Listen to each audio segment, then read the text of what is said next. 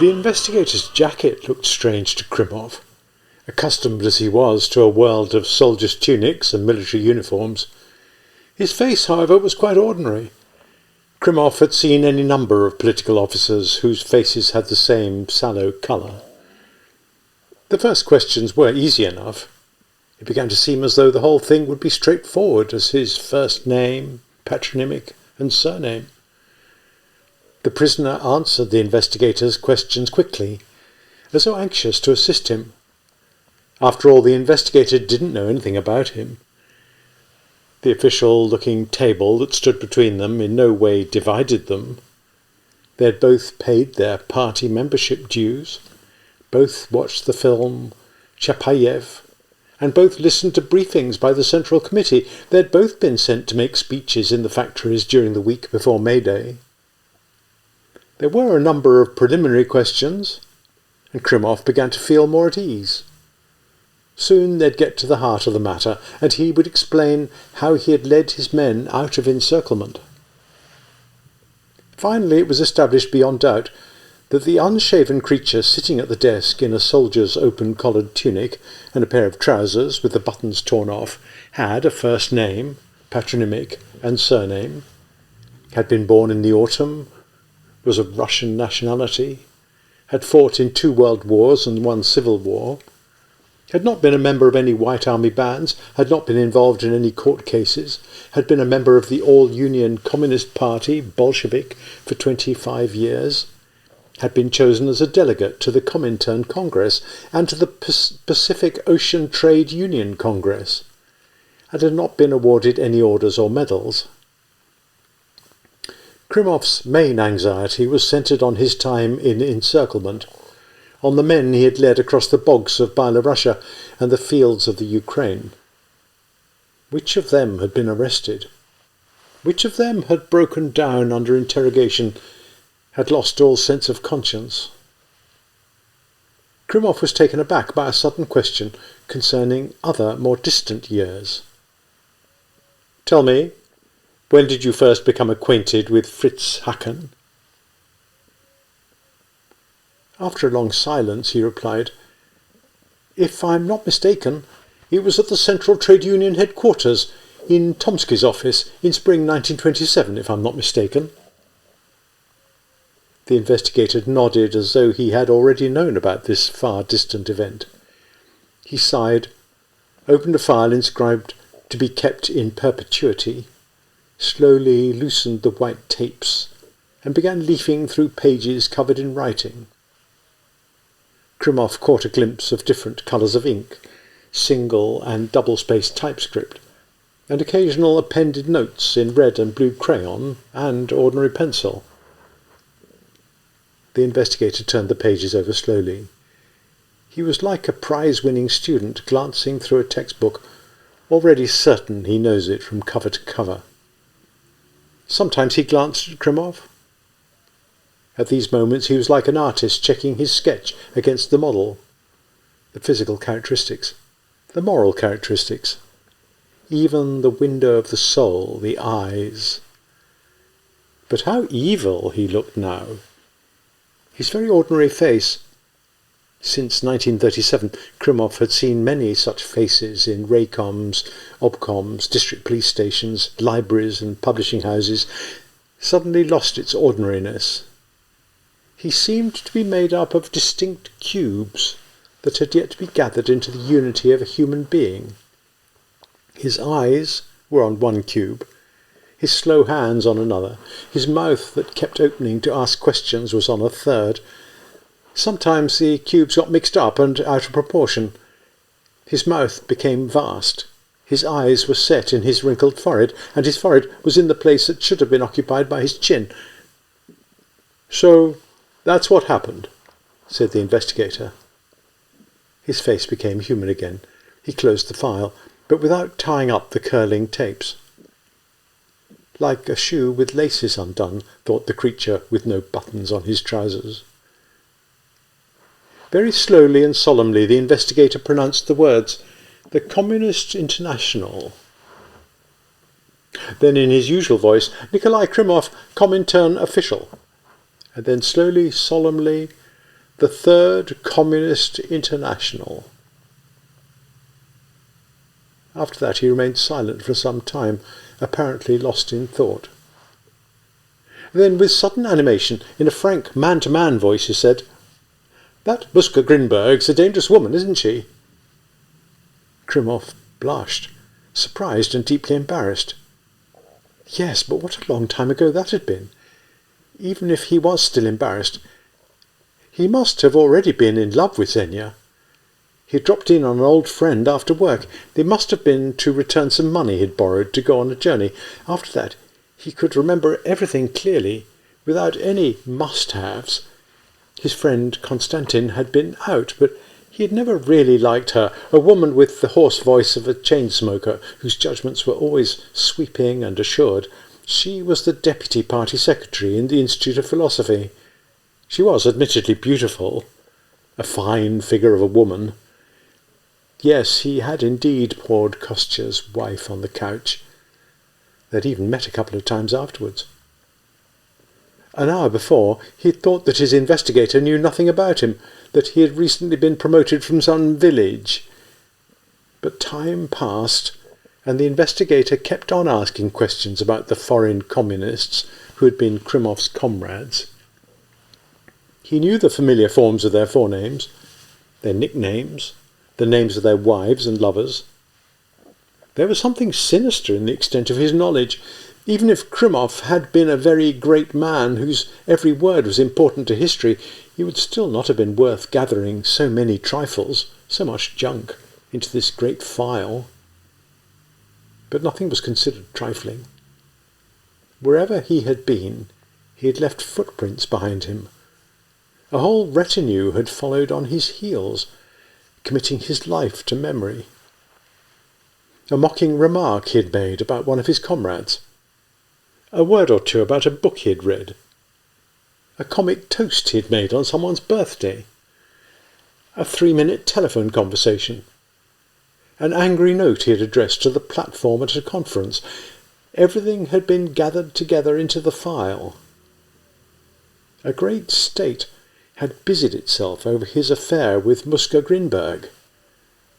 Meaningless trifles and empty, careless words had become intertwined with his deepest convictions. His love for Yevgenia Nikolaevna didn't mean anything. What mattered was his most casual, shallow affairs. He himself could no longer distinguish between what was important and what was trivial. One disrespectful remark he had made about Stalin's knowledge of philosophy appeared to mean more than 10 years of ceaseless work on behalf of the party. Had he really, in 1932, in Lozovsky's office, told a visiting comrade from Germany that the Soviet trade union movement represented the state more than the proletariat? A visiting comrade who had informed on him? Heavens, what a tissue of lies it all was, a cobweb that was gumming up his mouth and nostrils. Please understand, comrade investigator. Citizen investigator. Yes, of course, citizen, please. This is just a lie, a fabrication. I've been a party member for more than 25 years. I incited soldiers to mutiny in 1917. I was 4 years in China. I worked day and night. Hundreds of people know me. In the present war, I volunteered for the front. Even at the worst moments, people trusted me and followed me. Do you think you're here to receive a testimonial? Asked the investigator. Are you applying for a citation? He shook his head, and he even has the nerve to complain that his wife doesn't bring him any parcels. What a husband! That was something he had mentioned to Bogolev in their cell. Oh, God! He remembered that at Katz-Levenbogen had once joked, a certain Greek once said, all things flow. We say, all people inform. Inside the file, his life had somehow lost its proportions, lost its true scale. The whole of his life had coagulated into grey, sticky vermicelli, and he no longer knew what mattered. His 4 exhausting years of underground work in the sultry heat of Shanghai, the river crossing at Stalingrad, his faith in the revolution, or a few exasperated words he had said at the Pines Sanatorium to a journalist he didn't know very well about the wretchedness of Soviet newspapers. And then in a quiet, good-natured tone of voice, the investigator said, "And now tell me how the fascist Hacken inveigled you into sabotage and espionage." "You don't mean that seriously, do you?"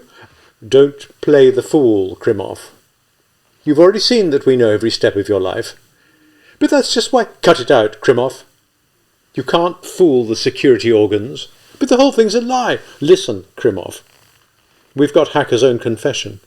He repented his crime and told us of his criminal association with you." "You can show me 10 of Hacken's confessions. They're all forgeries. It's madness. And if you've got this confession of Hacken's, then why was I, a spy and a saboteur, trusted to act as a military commissar, to lead people into battle? What were you doing then? Where were you looking?" "So, you think you've been called here to teach us how to do our work, do you? You want to supervise the work of the organs?" "What's all that got to do with it? It's just a matter of logic. I know Hacken. He couldn't have said he recruited me. It's not possible." "Why not?" "He's a communist, a fighter for the revolution."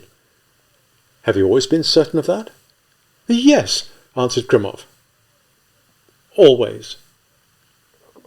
Nodding his head, the investigator leafed through the file, repeating to himself in apparent confusion, "Well, that does change things, that does change things." Then he held out a sheet of paper to Krimov, covering part of it with the palm of his hand.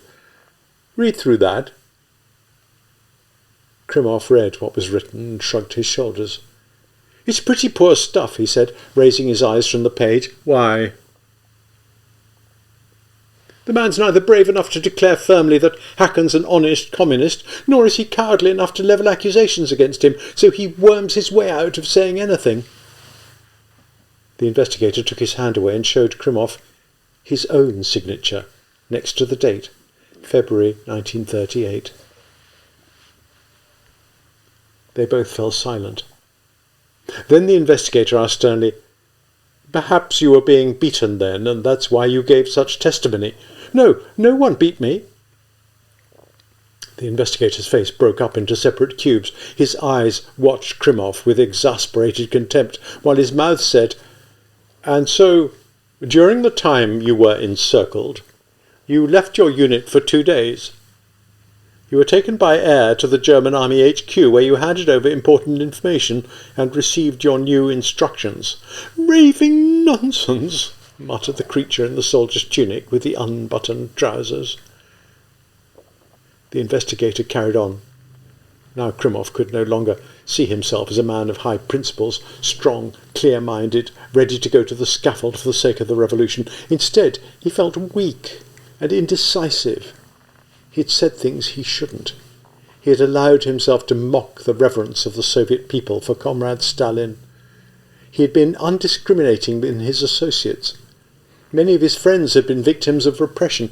His theoretical views were totally confused. He had slept with his friend's wife. He had given cowardly, dishonest testimony about Hacken. Was it really him sitting here? Was all this really happening to him? It was a dream, a midsummer nightmare. Before the war, you supplied an émigré Trotskyist centre with information about the thinking of leading figures in the international revolutionary movement. You didn't have to be a scoundrel or an idiot to suspect such a filthy, pathetic creature of treachery. If Krimov had been in the investigator's shoes, he certainly wouldn't have trusted such a creature. He knew the new type of party official very well, those who had replaced the old Bolsheviks, liquidated or dismissed from their posts in 1937. They were people of a very different stamp. They read new books, and they read them in a different way. They didn't read them, they mugged them up. They loved and valued material comforts. Revolutionary asceticism was alien to them, or at very least not central to their character. They knew no foreign languages, were infatuated with their own Russianness, spoke Russian ungrammatically. Some of them were by no means stupid, but their power seemed to lie not so much in their ideas or intelligence as in their practical competence and the bourgeois sobriety of all their opinions. Krimov could understand that both the new and the old cadres were bound together by a great common goal, that this gave rise to many similarities, and that it was unity that mattered, not differences. Nevertheless, he had always been conscious of his own superiority over these new people, the superiority that was his as an old Bolshevik. What he hadn't noticed was that it was no longer a matter of his own willingness to accept the investigator, to recognise him as a fellow party member. Now his longing to be one with his investigator was really a pathetic hope that the latter would accept him, would accept Nikolai Grigorovich Krimov, or would at least admit that not everything about him was wretched, dishonest and insignificant. Krimov hadn't noticed how it had happened, but now it was his investigator's self-assurance that was the assurance of a true communist.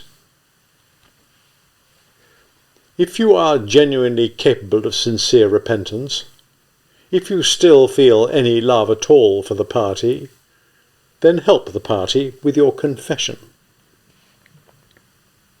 Suddenly, shaking off the terrible impotence that was eating into his cerebral cortex, Krimov shouted, "No, you won't get anything out of me. I'm not going to give you false testimony. Do you hear? I won't sign even if you torture me."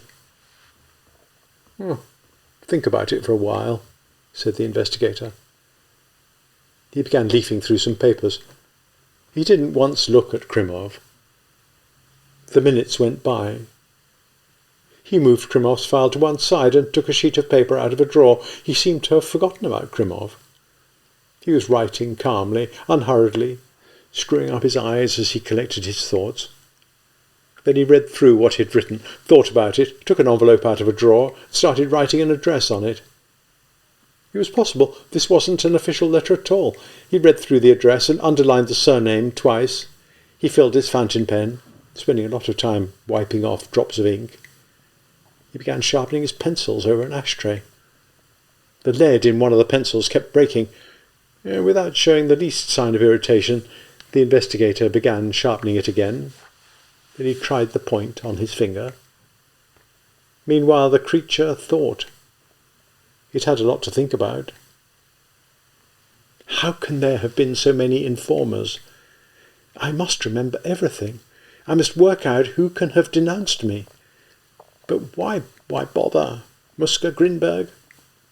The investigator will come to Xenia in time. But it is strange that he hasn't asked about her at all, that he hasn't said a word. Surely Vanya didn't inform on me. But what? Just what am I supposed to confess? What's hidden will remain hidden, but here I am. And tell me what all this is for. Party, Joseph, Koba, so-so. What can have made him kill so many fine, strong people? Katzenleben-Bogen's right. It's not the investigator's questions I should be afraid of, but his silences, the things he keeps silent about.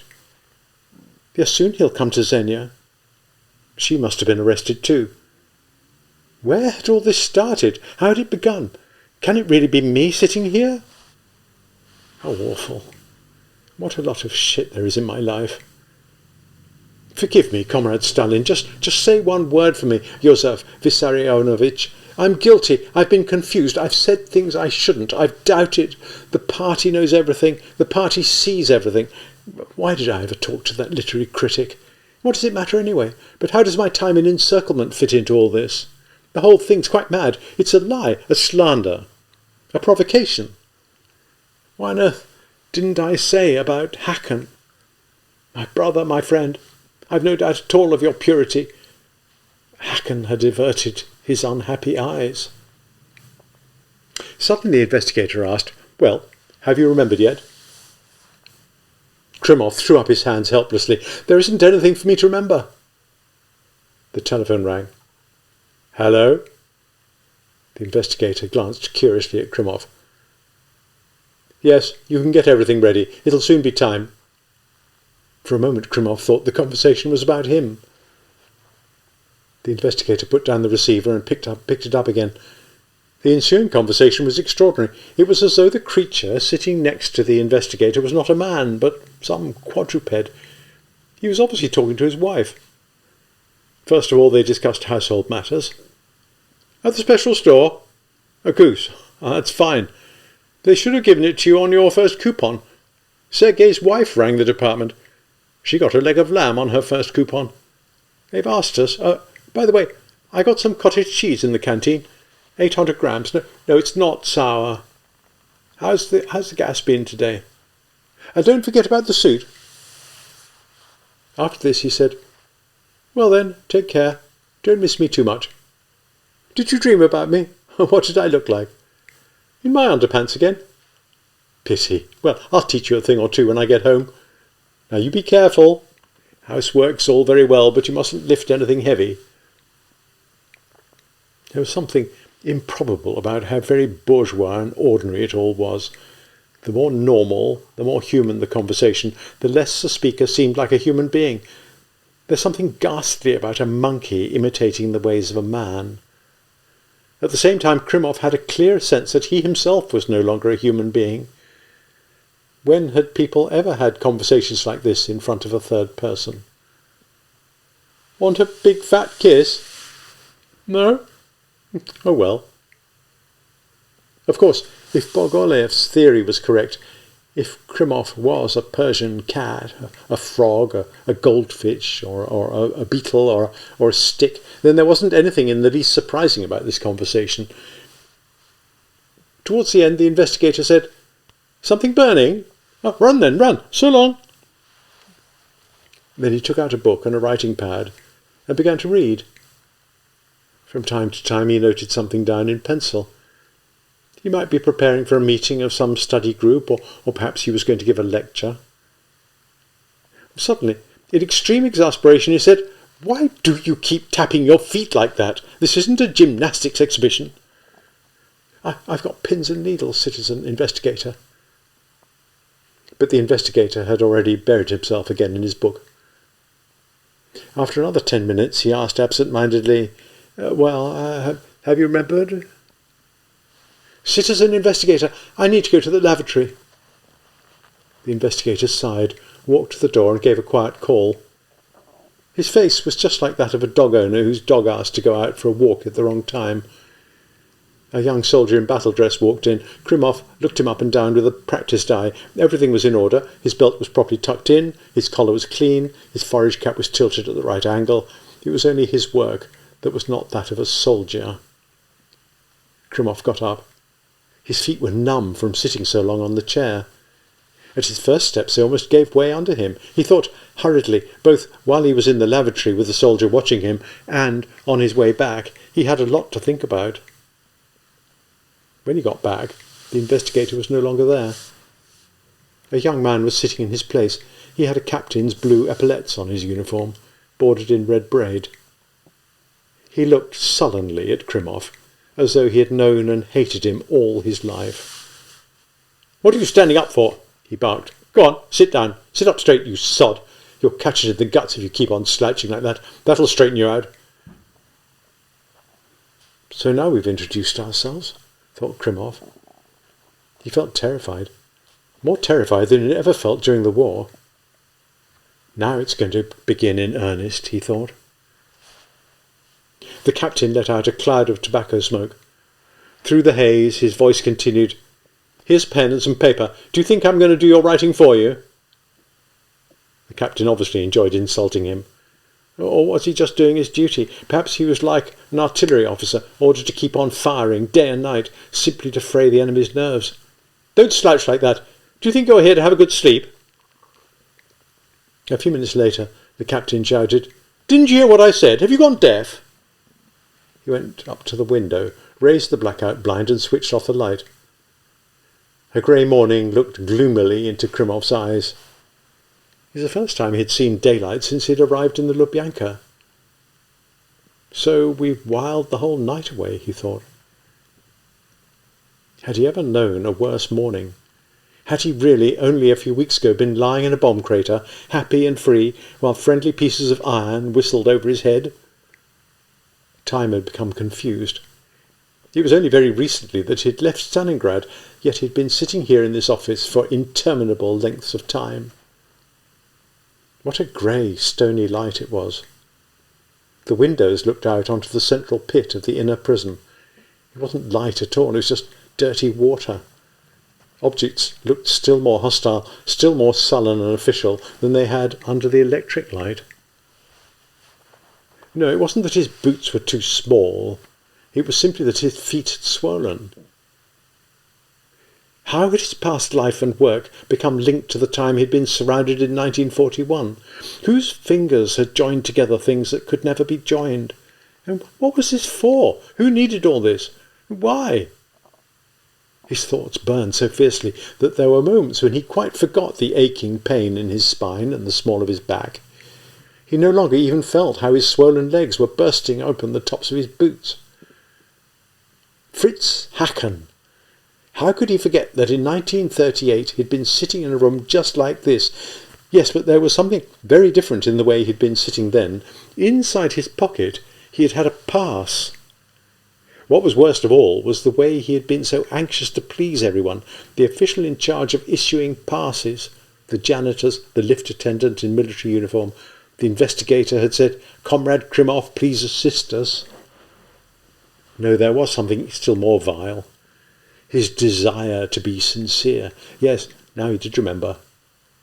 All that had been required of him was sincerity, and he had indeed been sincere. He had remembered Hacken's mistaken appraisal of the Spartakist movement, the ill will he had felt towards Tellman, the way he had wanted royalties for his book, the way he had divorced Elsa when Elsa was pregnant. He had, of course, remembered good things as well. The investigator had noted down the sentence, "On the basis of many years' acquaintance, I consider it improbable that he should have been involved in any direct sabotage against the party. Nevertheless, I am not able totally to exclude the possibility that he is a double agent." Yes, he had informed. Yes, and all the information about him in this file that was to be kept in perpetuity, had been gathered from comrades of his who had also, no doubt, wished to be sincere. Why had he wanted to be sincere? His duty towards the party? Nonsense. The really sincere thing to do would have been to bang his fist furiously on the table and shout, "Hacken's my brother, my friend, he's innocent." But instead, he had fumbled about in odd corners of his memory, catching fleas, remembering all kinds of trifles, playing up to the man without whose signature his permit to leave the large grey building would remain invalid. He could remember very well his happy, greedy feeling when the investigator had said to him, "Just a minute, Comrade Krimov, let me sign your pass for you." He himself had helped to pull the noose round Hacken's neck. And where had the seeker after truth gone when his exit pass had been signed and validated? Hadn't it been to see Muska Grinberg, the wife of his friend? But then everything he'd said about Hacken was true. Well, maybe, but so was everything that had been said about him. He really had told Fedya Yevsev that Stalin had an inferiority complex about his ignorance of philosophy. Even the mere list of people he had associated with was quite terrifying. Nikolai Ivanovich, Bukharin, Grigory Yevsevich, Zinoviev, Lomov, Shatskin, Pitnitsky, Lominadze, Ryutin, Shilapnikov with the red hair. He'd been to the institute to see Lev Borisov, Deborin in the academy, Lashevich, Yan Gamanak, Lupol. He'd been to the institute to see Ryanazonov when he was an old man. He twice stayed with his old friend, Ecker, when he was in Siberia. And then in their day he'd seen Skripnik in Kiev, Stanislav Kosor in Kharkov, and Ruth Fisher. And yes, well, thank God the investigator hadn't mentioned the most important thing of all. Trotsky himself had thought well of him. He was rotten all the way through. Why, though? And were they any more guilty than he was? But he hadn't signed any confessions. Just wait, Nikolai. You will. Just like they did. Probably the real horrors are kept till later. They keep you for 3 days without sleep, and then start beating you up. None of this seems much like socialism, does it? Why does my party need to destroy me? We were the ones who made the revolution, not Malenkov, Zadnov and Sherbakov. We were merciless towards the enemies of the revolution. Why has the revolution been so merciless towards us? Perhaps for that very reason. Or maybe it hasn't got anything to do with the revolution. What's this captain got to do with the revolution? He's just a thug, a member of the Black Hundreds. There he'd been, just milling the wind while time had been passing. He was exhausted. The pain in his back and legs was crushing him. All he wanted was to lie down on his bunk, stick his legs in the air, flex his bare toes, scratch his calves. "Stay awake!" shouted the captain, for all the world as though he were shouting out orders in battle. It was as though the front would break and the whole Soviet state collapse if Krimov were to close his eyes for one moment. Krimov had never in all his life heard so many swear words.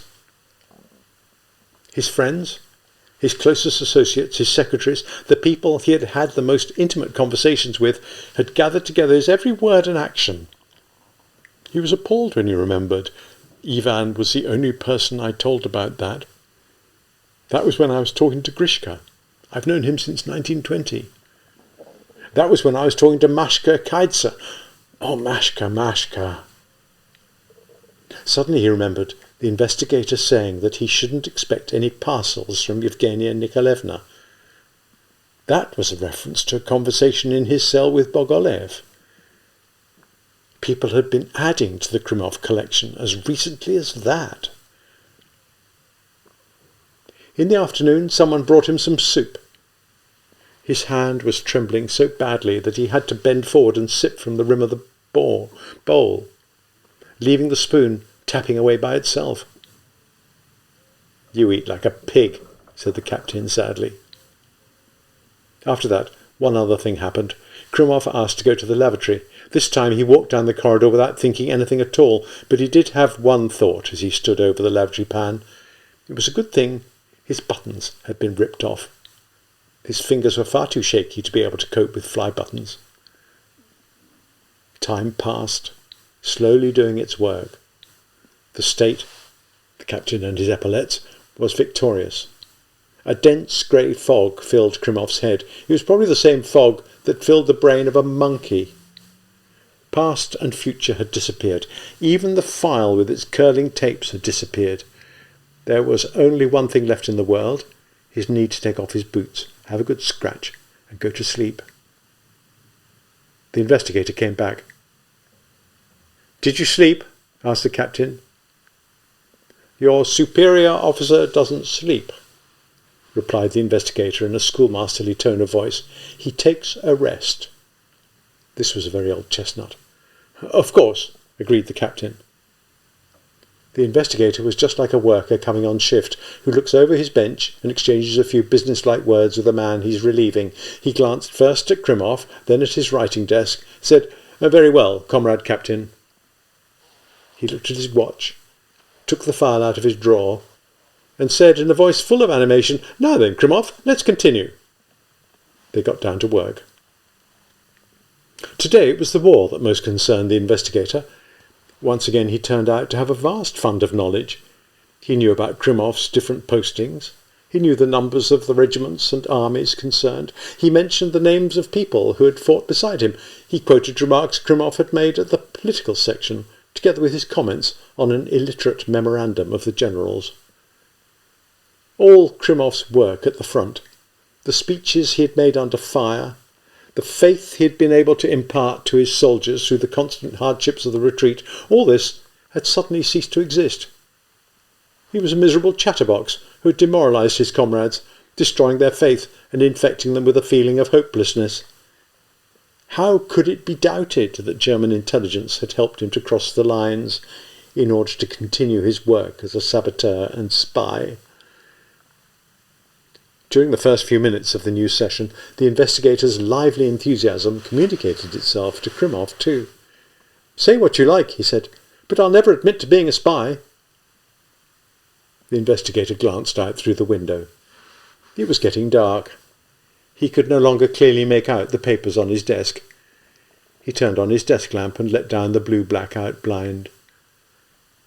From outside the door came a sullen, animal-like howl. It broke off as suddenly as it had begun. "Now then, Krimov," he said as he sat down again at his desk. He asked Krimov if he knew why he had never been promoted. Krimov's answer was somewhat confused.